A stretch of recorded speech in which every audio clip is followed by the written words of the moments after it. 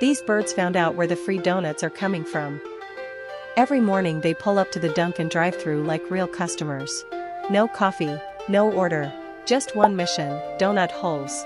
At first it was only one bird, now they bring the whole squad.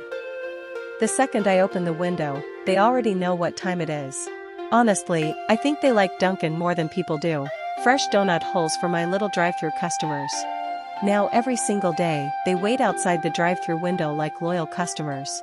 The second they see me grab the donut holes, they fly closer like they already placed their order.